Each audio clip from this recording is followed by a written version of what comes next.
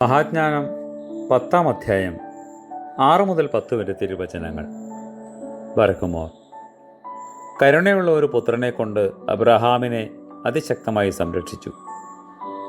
അധർമ്മികൾ അവിടെ നശിച്ചപ്പോൾ പുണ്യവാനായ ലോത്ത് ഓടിപ്പോയി രക്ഷപ്പെടുവാൻ അതിടയാക്കി.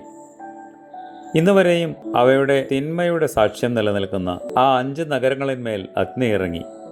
അവ നിഷ്ഫലങ്ങളും നശിച്ചവയുമായി തീർന്നു. അവയിലെ വൃക്ഷങ്ങൾ ഫലം നൽകാതിരിക്കുന്നു. വിശ്വസിക്കാത്തവൾ ഉപ്പുതൂണായി നിലകൊണ്ടു. അവർ വിജ്ഞാനത്തെ മറികടന്നു.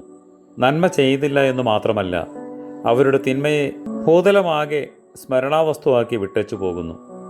അവർ ചെയ്ത തെറ്റിനെ മായ്ച്ചു കളവാൻ അവർക്ക് കഴിഞ്ഞില്ല.